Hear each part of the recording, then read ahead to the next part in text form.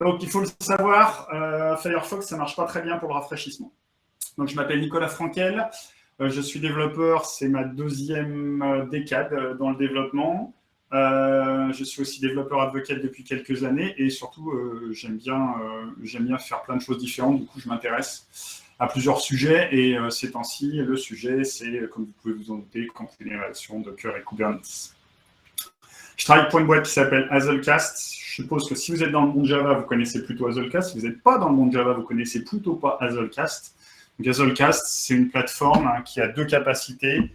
La première, c'est stockage distribué en mémoire. Et la deuxième, c'est streaming distribué en mémoire également. Le but n'est pas de parler d'Hazelcast, mais vu qu'il me paye, il faut que j'en parle un petit peu.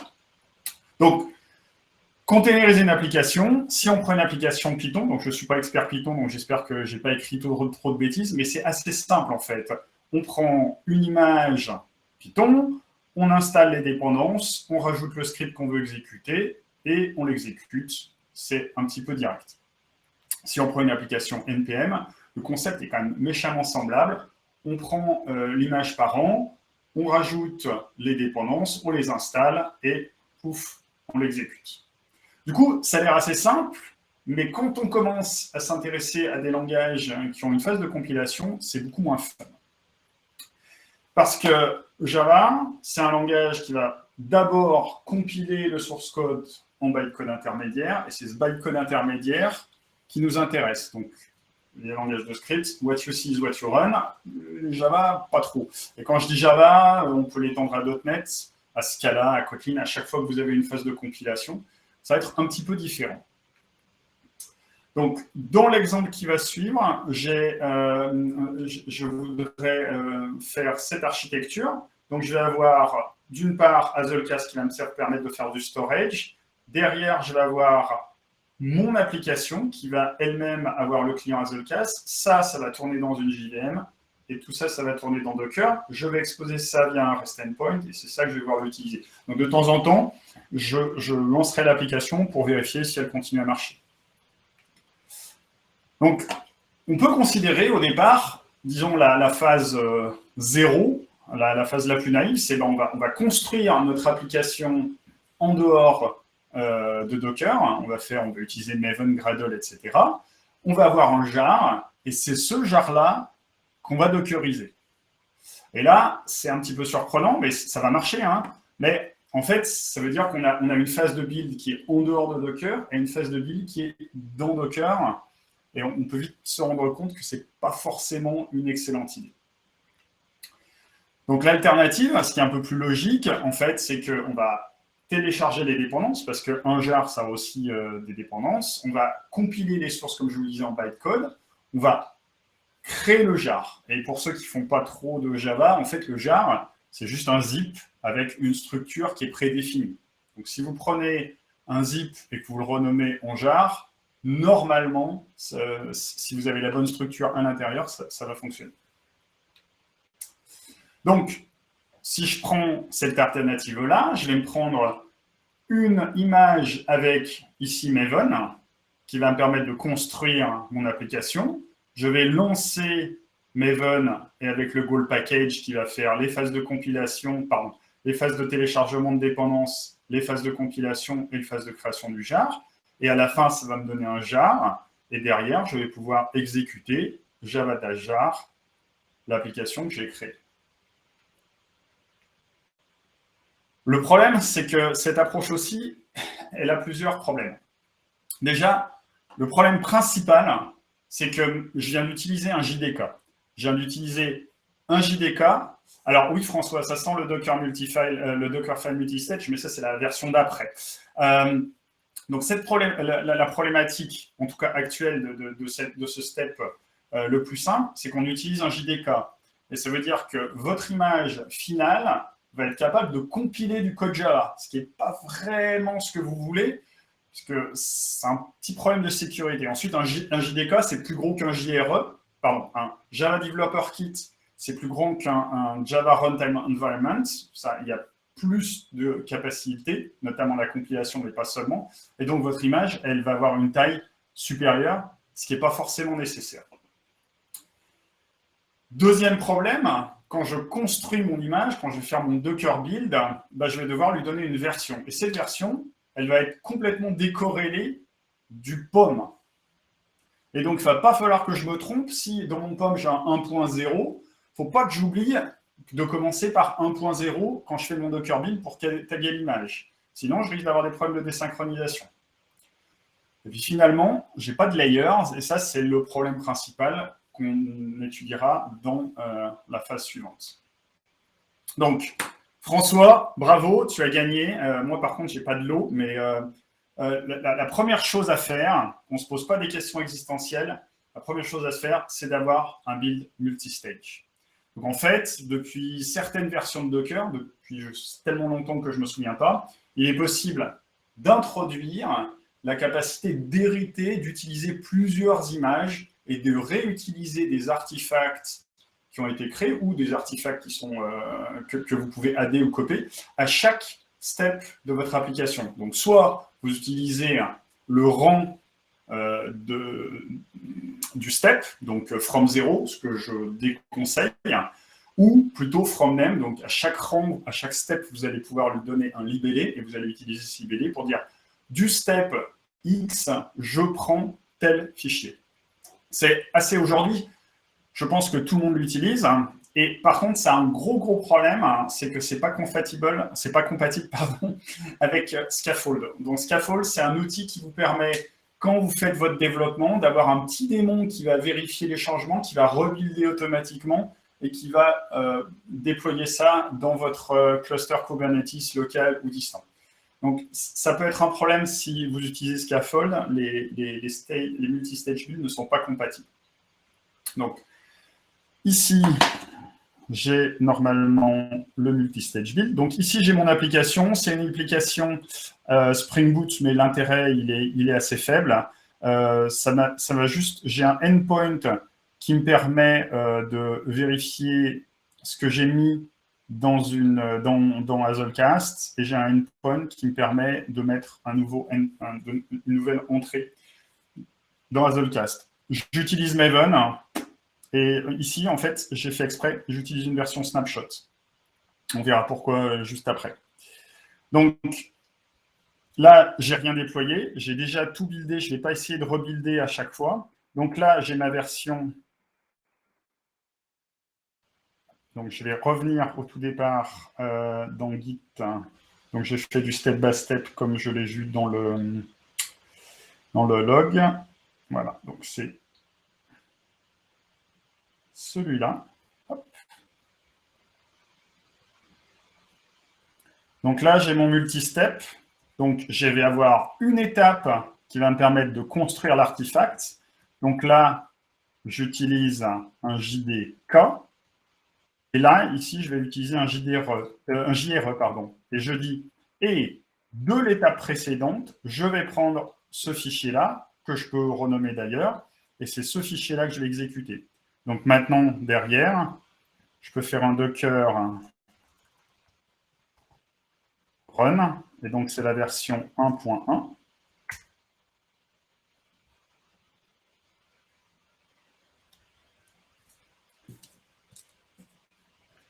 Je vais garder un œil sur l'heure aussi. Voilà, maintenant, je vais pouvoir curler.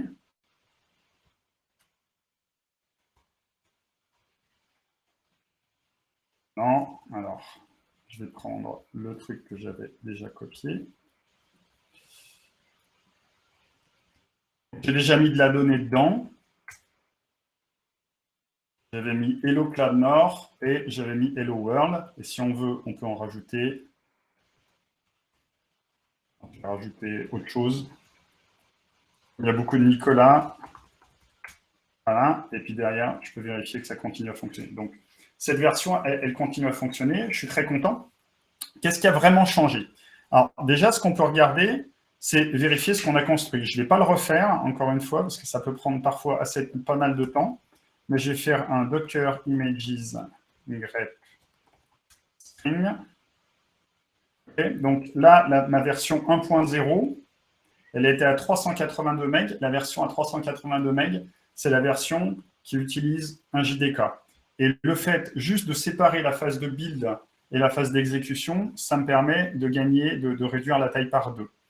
Donc, on peut vérifier en faisant un petit dive. Donc, si vous ne connaissez pas dive, c'est un outil qui va vous permettre de voir la structure d'une image Docker, de voir les layers. Donc, dive Spring in Docker. Je vois des émoticônes qui se baladent. Je ne sais pas ce que c'est par contre. Ah, c'est Fire. Ok, c'est cool. J'aime beaucoup. Alors, par contre, ça peut prendre un petit peu de temps. Voilà. Donc, ici, vous pouvez voir toutes vos layers qui ont été utilisés. Donc, par contre, ça ne vous dit pas où vous avez commencé votre Dockerfile. Ça vous donne vraiment l'image dans son intégralité. Donc, ici, par exemple, on peut voir l'intégralité du JDK qui est de là. Et là, ici, on peut voir ce que moi j'ai ajouté manuellement, ici, ici, ici, ici. Et puis ici, on peut voir le MW package. On voit que là, j'ai une unique layer. Si on fait la même chose avec maintenant l'image, non, avec l'image 1.1, ça va être exactement la même chose. La seule différence, comme vous pouvez le voir, c'est qu'en fait, l'image de départ, elle est beaucoup plus petite. Pardon, c'est cette image qui est beaucoup plus petite.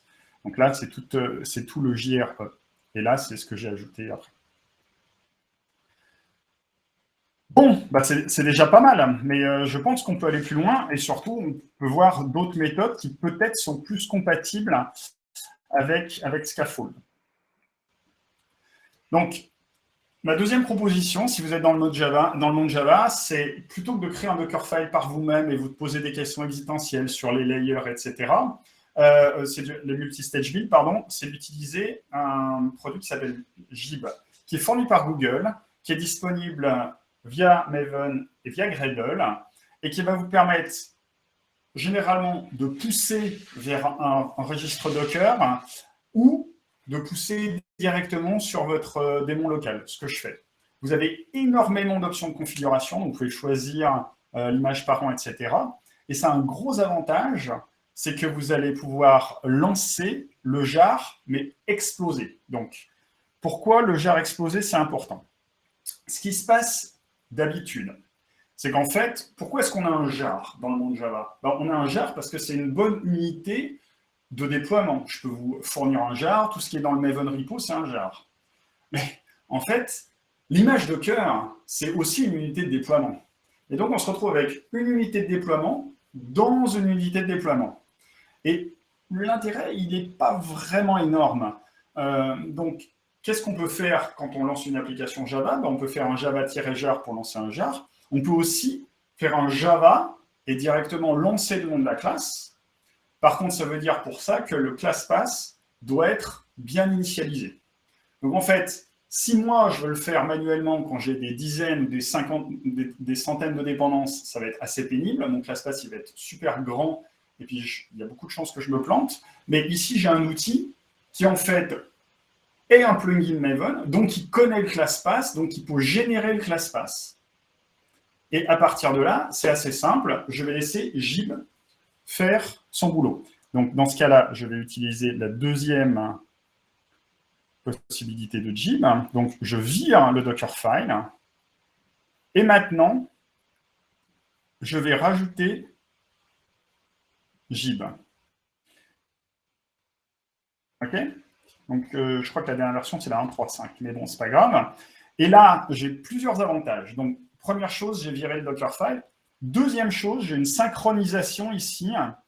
Alors, du nom de l'image, pas forcément, mais du nom de la version. C'est-à-dire que quand je vais dire Jib, build-moi cette image, pour peu que je réutilise les coordonnées Maven, en tout cas la version, je vais pouvoir bénéficier d'une synchronisation entre la version de l'image et la version du POM.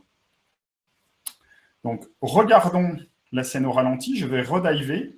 Je crois que ça, c'est la version 2.0, si je ne dis pas de bêtises, avec Jib. Ouais, c'est ça. Donc, on va rediver.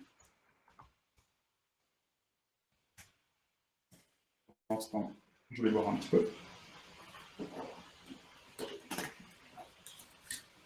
Voilà. Donc là, On peut voir que ça part aussi d'un JRE et que le Git Maven plugin, plutôt que d'ajouter l'intégralité d'un jar en une seule fois, il a rajouté d'abord les librairies, puis les librairies snapshot, puis les ressources, puis les classes. L'intérêt est le suivant. Si vous avez un unique jar, si vous ajoutez un jar, si vous ajoutez un seul fichier, si vous changez votre source code, eh ben, on va devoir repasser l'intégralité des couches avant, donc aucune. Ça va invalider la couche, et donc Maven va devoir retélécharger toutes les dépendances. Et en fonction de votre nombre de dépendances, ça peut prendre pas mal de temps. Là, ce qui se passe, c'est qu'avec ces 4 layers, on se trouve que si je change uniquement le source code, eh ben, en fait, ces couches, ces layers, elles vont être conservées. On va devoir uniquement reconstruire celle-ci et ça va être beaucoup, beaucoup plus rapide. Et on a bien une différence entre les dépendances qui sont les plus stables, donc les dépendances réelles, puis après, on a les dépendances snapshot. Je vous rappelle, les dépendances snapshot, c'est des dépendances qui peuvent régulièrement changer. Donc, on va avoir un appel Maven pour vérifier si la dépendance a changé. Et puis, les fichiers de ressources, et puis les classes. Donc, ça vous donne un super bon défaut pour dire, alors là, je vais être le plus rapide possible, dans le sens où, la plupart du temps, je vais uniquement changer mon source code. Donc, je vais builder beaucoup, beaucoup plus rapidement que si je devais à chaque fois retélécharger toutes les dépendances. Et ça, c'est vrai, même si vous avez un repos d'entreprise, vous allez télécharger les dépendances plus vite, mais vous allez quand même utiliser du bandwidth pour rien. Alors que là, votre layer, elle va être téléchargée direct sur votre poste, il n'y a plus besoin de la changer. Par contre, bien sûr, si vous changez les dépendances ou les versions des dépendances, que vous en supprimiez, que vous en ajoutiez, ici, vous allez invalider cette layer, donc vous allez tout refaire. Mais c'est déjà un excellent défaut, à mon sens. Donc voilà, c'est tout ce que je vous ai dit. Pas de Dockerfile. Une synchronisation de la version de votre image Docker avec votre pomme et les layers de base.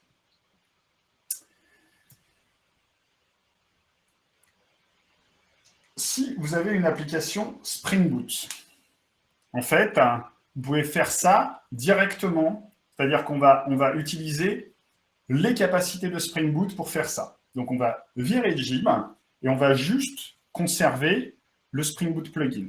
Donc, je le montre.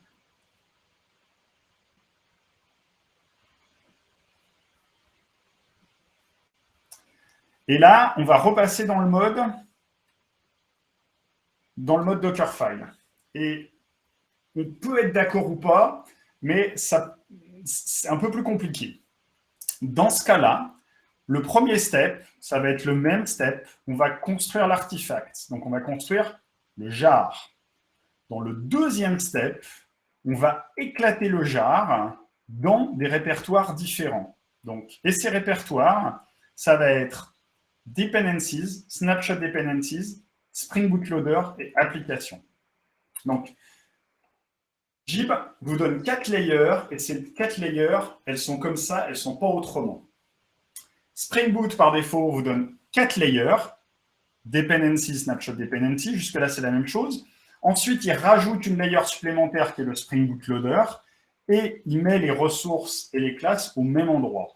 Effectivement, on peut se dire que Gib dit que d'abord, on a les ressources et puis après, on a les classes. C'est possible que le source code change plus souvent que les ressources ou pas, c'est une bonne question. Là, eux, ils font le choix, Spring Boot, le Spring Boot team fait le choix de dire on met tout dans l'application et on ne se pose pas de questions. Et de toute façon, copier des fichiers, c'est pas très très long. L'avantage également, donc le désavantage, c'est qu'on a une layer de plus, c'est-à-dire qu'on d'abord on va créer le jar et après on va éclater. On peut penser que ce n'est pas une bonne idée, je le pense également, mais c'est comme ça qu'il fonctionne. Et par contre, on a la capacité ici de changer l'ordre des layers, par exemple de mettre le Spring Boot Layer en dernier ou le Spring Boot Loader en premier, en fonction de ce que vous pensez de ce qui va changer le plus souvent. Et on a aussi la capacité de rajouter des layers, c'est-à-dire que vous pouvez vous baser sur un fichier spécifique pour changer, pour éclater, pour avoir plus de layers en fonction de votre cas d'usage. Pour moi, c'est déjà un très bon défaut, mais il y a cette possibilité-là. Regardons comment c'est fait. Je crois que celui-là, c'est le 3.0. Donc, on va faire un petit dive dessus. Dive Spring Docker 3.0. Je vais essayer de regarder dans le chat s'il y a des choses. OK. Donc maintenant, ah bah tiens, c'est assez rapide. Donc là, j'ai toutes mes layers, je vais faire mes copies de dépendances, etc., etc. Et finalement, à la fin, on n'a pas vraiment un avantage en termes de taille. Si je fais un Docker Images, un grep string, donc ma version 2.0, elle était à 2, pardon, ma version, oui, 2.0, elle est à 2.1, pardon. Elle est à 177 MB, elle a 3.0, elle est à 178 MB, donc on est à peu près bon. Alors, j'ai une question de Mathieu, merci, n'hésitez pas à poser des questions. Pourquoi ajouter un layer est un inconvénient? Alors, c'est comme tout. On peut se poser la même question de savoir, on peut se dire, pourquoi est-ce que rajouter un directory ou rajouter un package, c'est un inconvénient? Le problème, c'est qu'au bout d'un moment, on va avoir une explosion et il n'y a pas beaucoup d'intérêt. Donc, on va essayer plutôt d'avoir le nombre de layers minimal en fonction de votre cas d'usage. Je pense que 4 layers, c'est pas mal. 4 layers, donc les layers des dépendances, la layer, voire même 3 layers. La layer des dépendances snapshot, et puis peut-être une troisième layer pour dire l'application, donc à la fois les ressources et les classes, ou peut-être avoir une quatrième, donc on va splitter les ressources et les classes, mais c'est pas mal déjà. Le truc, c'est qu'après, on va essayer de rentrer plus dans le détail pour dire, bon, alors si j'invalide cette layer, dans ce cas-là, ok, je vais essayer de splitter une layer en 2 layers pour un avantage qui ne va pas être évident et surtout, on va avoir du mal à comprendre comment votre application elle est layerée. Est-ce que ça change quelque chose au runtime ou au load du Docker? Alors, ça change une chose, c'est que plus vous avez de layers, plus votre image elle est grosse. Et est-ce que vous pouvez me rappeler cette question au niveau de la taille? Parce qu'à la fin, je voudrais parler de la taille des images Docker. Je vois souvent des discussions où on se dit « Ah, mais là, c'est vachement mieux parce qu'il y a l'image Docker, elle est plus petite. » Je pense que c'est une très mauvaise métrique et ça fait faire des choix qui ne sont pas toujours pertinents, voire rarement pertinents. Bon, allez, c'est pas grave, j'en parle maintenant. En fait, ce qui se passe, c'est que Docker, il va réutiliser les layers qu'il a déjà chargés en local. Du coup, si vous avez une image Docker qui fait 100 MB et que c'est une seule layer, à chaque fois que vous l'invalidez, vous allez télécharger 100 MB. Alors que si vous avez une image Docker qui fait 80 MB, qui fait, faut que je trouve un truc plus gros, qui fait 160 MB, mais que vous avez donc, et qu'il y a 2 layers de 80 MB, mais que vous avez déjà téléchargé une layer de 80 MB, ça veut dire qu'il vous reste juste à télécharger la layer supérieure de 80 MB. Et donc, ça va être plus rapide de télécharger cette image de 160 MB, et en gros, vous téléchargez que la layer de 80 MB, plutôt qu'à chaque fois de charger la layer et l'image de 100 MB. Donc, il faut bien faire attention. En fonction de la manière dont vous avez designé votre image Docker, la taille n'est pas forcément intéressante. Par contre, donc je le répète, plus vous avez de layers, plus ça prend de la place. Donc, il y a un subtil équilibre à bien trouver.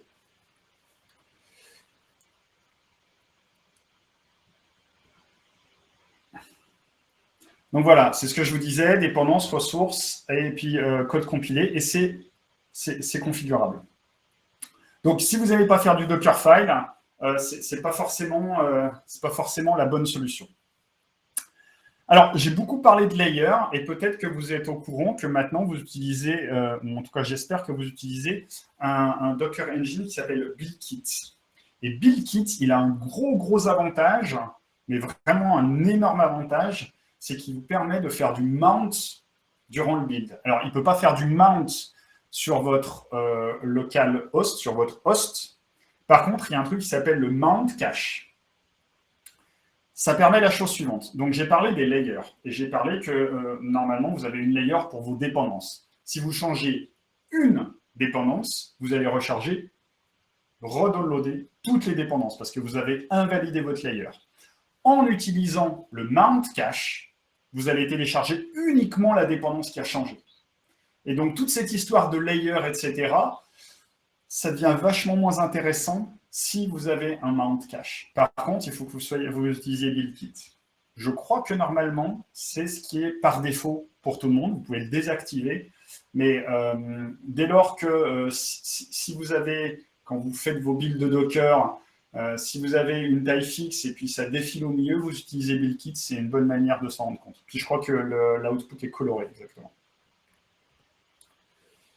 Next. Alors, la solution BuildPack.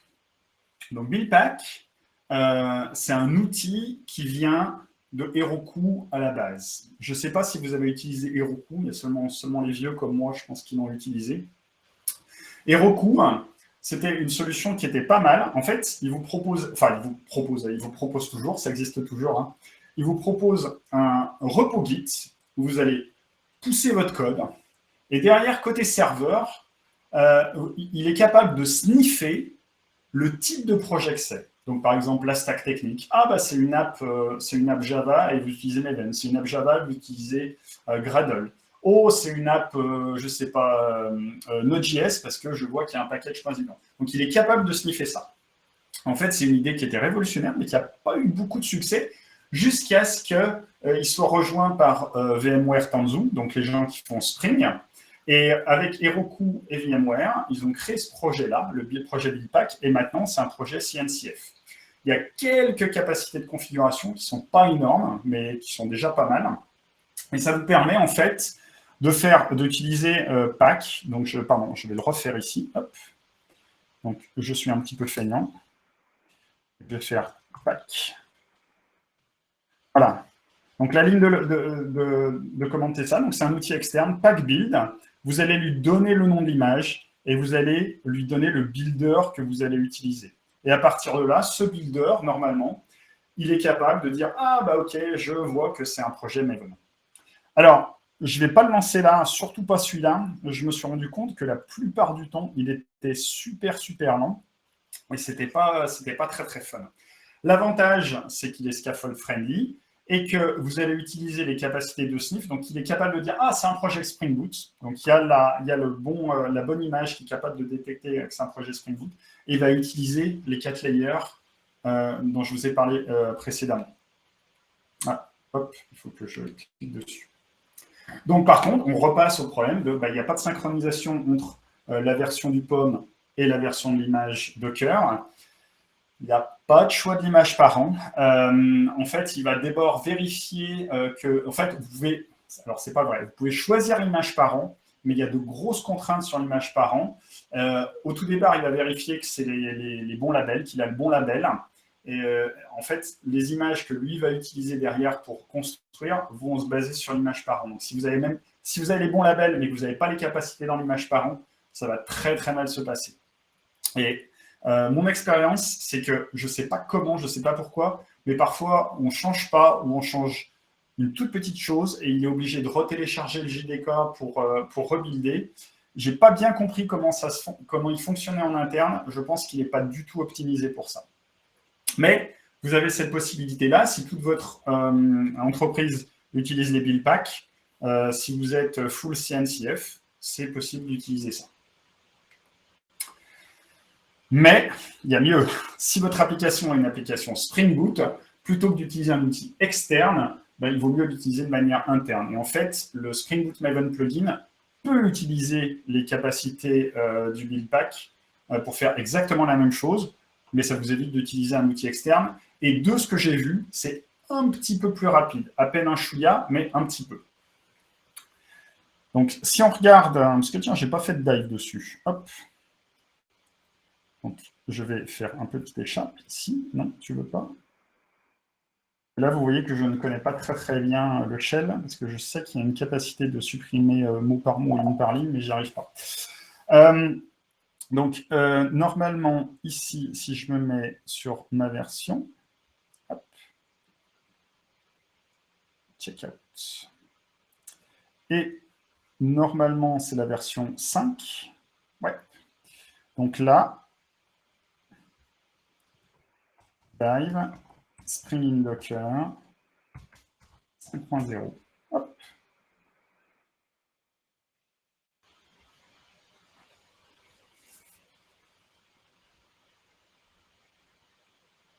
Voilà. Alors, c'est beaucoup moins lisible, forcément. Donc, il n'y a pas de libellé sur la partie gauche. Donc, il faut vérifier exactement. Mais vous voyez qu'il y a beaucoup, beaucoup de layers là. Et je pense que ça fait partie des choses. Et que les dernières layers, en fait, ce sont voilà, comment ça s'appelle? Donc, CNB, c'est Cloud Native Build Pack. Ce sont des petits utilitaires qui vont permettre d'appeler votre application. Votre application, vous n'allez pas lancer un simple Java, etc. Il va explicitement rajouter ces petites gestions du cycle de vie pour bien vérifier que quand vous arrêtez l'image, c'est bien nettoyé, etc. Donc, ça veut dire que quand vous changez votre source code, ben, on va rajouter ces layers supplémentaires. Donc, ça peut être un avantage, ça peut être un inconvénient. En tout cas, il faut voir comment vous allez l'utiliser et bien être conscient si dans votre contexte, c'est plutôt un avantage ou pas. Ouais, là, le choix de l'image par an est très, très limité. Il y a un avantage qui, pour moi, est un avantage principal ici. C'est typiquement, je peux très facilement, donc je n'ai pas montré la configuration. Donc, la configuration, elle se fait ici. Donc, j'ai supprimé le plugin Jeep, j'ai configuré le Spring Boot Maven plugin. Et j'ai un gros avantage, et surtout si je veux faire du container, c'est que maintenant, je vais rajouter 2-3 dépendances et je vais pouvoir lui dire hey, tu vas générer une image native. Donc, ça veut dire que jusqu'à maintenant, ce qu'on a fait, c'est qu'on a utilisé Docker pour wrapper une JVM. Et la JVM, elle a plein d'avantages quand vous avez des processus qui durent longtemps. Par contre, elle a des désavantages, c'est qu'elle consomme plus de mémoire, puisque au fur et à mesure de l'exécution du workload, elle va analyser le workload et elle va optimiser le code natif. Ça prend de la mémoire. Ça va mettre plus longtemps à démarrer. Votre JVM, elle prend longtemps à démarrer. Et pendant un certain temps, elle est très, très mauvaise en temps d'exécution. Donc, si vous êtes dans des environnements containerisés, souvent, ce qui va se passer, c'est que on va facilement virer un container et en redémarrer un. Et pire encore pour le serverless, où typiquement, c'est le cas d'usage principal. Si vous utilisez la JVM pour ça, vous allez avoir des perfs qui sont très très mauvaises et vous allez dire que Java c'est pas bien, que la JVM c'est pas bien et que Go c'est mieux, etc. Ce qui peut être le cas. En tout cas, imaginons que vous ayez un parc applicatif avec plein d'applications de Java que vous voulez containeriser. C'est hors de question du jour au lendemain de dire on va tout migrer sur Go. Donc il y a cette capacité d'utiliser juste ce paramètre, et juste ce paramètre va vous permettre d'utiliser les capacités de compilation de GraalVM. Je ne sais pas si vous avez entendu parler de GraalVM. GraalVM, en tout cas, une des capacités de GraalVM, c'est la capacité de prendre du bytecode Java pour créer du code natif directement. Et donc, ici, alors là, par contre, ça va prendre des plombes. Ici, si je fais un dive sur cette version 5.5, et voilà, super.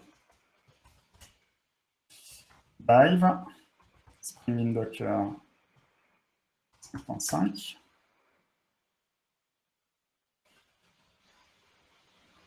Voilà. Donc, à la fin, qu'est-ce qu'on voit? Donc, on a toujours la même chose. Là, ici, on a 103 MB. Ce n'est pas un jar. Ici, c'est l'exécutable natif. Et là, vous allez avoir un démarrage qui va être très, très rapide. Donc, on peut le démarrer peut-être pour vérifier. Donc, juste, je ne me souviens jamais. Hop, on va faire ça. 5.5. Ah voilà, ça a démarré.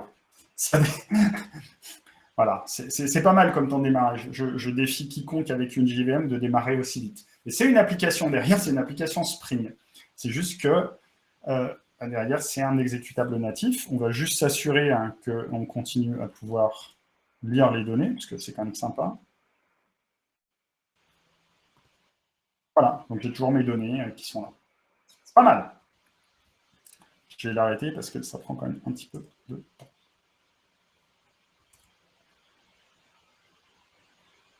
Ah, j'ai paumé PowerPoint. Non, ok.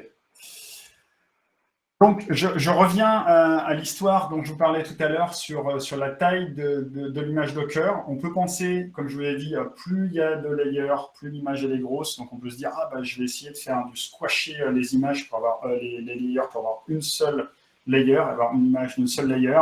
Donc, j'ai fait l'essai. Sur la 1.0, on a 0,06% de gain en taille.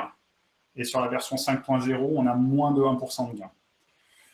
Du coup, je pense que le jeu, on ne vaut pas vraiment la chandelle. Encore une fois, il vaut mieux avoir des layers intelligentes plutôt que d'essayer de squasher.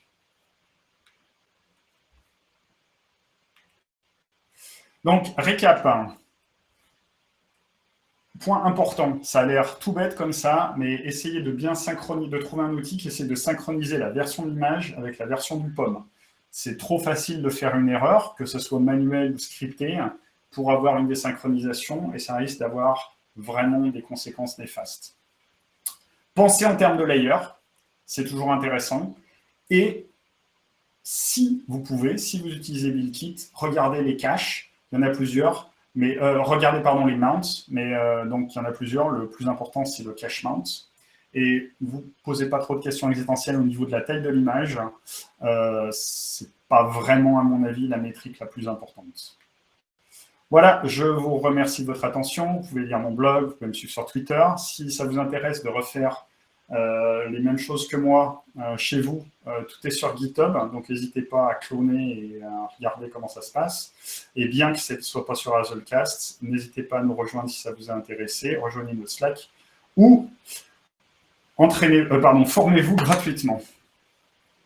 Alors, maintenant, je peux regarder peut-être le chat. Ça implique que notre projet Java soit compatible avec un build natif. Il me semble que ce n'est pas toujours possible. Non. Alors, oui, tout à fait. Notamment Spring, bien qu'il ait fait beaucoup d'efforts. Merci. J'apprécie, c'est trop mignon les icônes. C'est vraiment sympa. J'apprécie. Donc, Spring a fait beaucoup d'efforts. C'est vrai que, par exemple, moi, j'ai essayé de rendre compatible Graal native le Spring, enfin un projet qui s'appelle REST, Spring Clinic, et en version 0.10, j'ai encore des soucis. Donc, c'est vrai que ça dépend de cette capacité-là. Ils sont en train de travailler dessus. J'ai bon espoir qu'ils soient bientôt arrivés. Ça vous permet en tout cas de vous laisser cette option avant de dire « Ah, ben, on va basculer toute notre partie applicative en Go ou en Rust », parce que j'aime pas beaucoup Go. Ça vous laisse en tout cas du mou pour voir et dire bah, potentiellement, je peux faire du Graal natif avant. Avez-vous testé les images Google Distroless? Alors, j'ai essayé les images Distroless. Ça marchait super bien. Et puis, à un moment, j'ai eu un problème et j'ai voulu rentrer sur une image Distroless en shell. Et puis, bah, c'est l'avantage ou le désavantage des images Distroless, c'est qu'il n'y a pas de shell. Du coup, on est entre le problème de l'usabilité et de la sécurité. Et là, moi, potentiellement, je ne peux pas prendre cette décision à votre place. Donc oui, vous allez avoir des images qui vont être ultra sécurisées et ultra petites. Et si vous avez un problème, ça va être impossible à débugger. Le choix est entre vos mains, je ne ferai pas ce choix pour vous. Mais ouais, c'est bien dans certains cas d'utilisation. Il faut effectivement s'assurer que toutes les dépendances soient compatibles. Il faut ajouter pas mal de int pour guider le builder. Oui, alors, il y a deux possibilités. Soit vous utilisez les int de Spring, qui sont des annotations, mais à la fin, ce que ça va faire, c'est juste ça va vous aider à créer, enfin, ça va générer un fichier de configuration Graal natif. Donc, vous pouvez aussi écrire le fichier de configuration Graal natif à la main. Une des manières de faire, qui n'est pas forcément la meilleure, c'est vous lancez la compile Graal native, vous regardez les résultats, vous suivez les indices qui vous disent, vous modifiez la configuration et vous itérez. C'est super galère, ça peut prendre pas mal de temps, mais aujourd'hui, les applications Spring, même le Spring Respect Clinic que je vous disais, en fait, il y a déjà beaucoup de défauts qui sont des bons défauts. Du coup, le delta est assez limité. Donc ça, c'est pas mal. Y a-t-il d'autres questions? Et j'apprécie d'avoir vos questions, parce que c'est vraiment sympa d'avoir des questions généralement online. J'ai aucune question, ce qui est un peu pénible. Plus de questions? Il y avait quelques questions, mais c'était peut-être un peu lent d'être répondu. Pourquoi ajouter une layer ou un Plus de layer questions. un inconvénient? J'ai un organisateur qui tente Oui. mais qui... Oui, tu es là. Tu m'entends? Tu Oui, m'entends? je t'entends, je te vois. Voilà, parfait. Non, je te disais qu'il y avait des questions, mais tu as peut-être répondu au milieu. C'était pourquoi ajouter un layer, une layer est un inconvénient? Alors, j'en ai parlé un petit peu. C'est pas forcément un inconvénient en soi, mais c'est comme tout. Quand on veut être trop détaillé, ça va pas forcément être utile. Et ce que je disais, c'est rajouter une layer, ça va augmenter la taille de l'image. Du coup, c'est comme quand on met un fichier dans un seul fichier par folder. Parfois, il vaut mieux grouper, c'est plus logique. Tout à fait, mais en fait, et la question qui était subsidiaire à ça, c'était est-ce que finalement en runtime ou au load de ton image Docker, ça allait s'alourdir ou prendre plus de temps, par exemple? Non, alors, joker là-dessus, j'ai pas étudié la question. Je pense que ça va pas changer grand-chose la face du monde. Par contre, ça va jouer au niveau du download. Donc, plus vous avez de layers, plus l'image va être grosse, donc plus ça va prendre du temps, sauf si vous les avez déjà cachés avant. Mais ça veut dire qu'il faut bien gérer vos layers pour dire que les layers les plus stables, hein, c'est celles qui sont les plus anciennes. Donc c'est plus au Docker Pool finalement ou sur n'importe quel autre outil qui C'est va ça. venir télécharger ton image, où ça va prendre beaucoup plus de place finalement en termes Exactement. sur les différentes layers. Ok. Y a-t-il d'autres questions dans le chat ou est-ce qu'on s'arrête là? J'ai l'impression que c'est plutôt terminé. Impeccable. Voilà, merci à vous, merci de votre attention.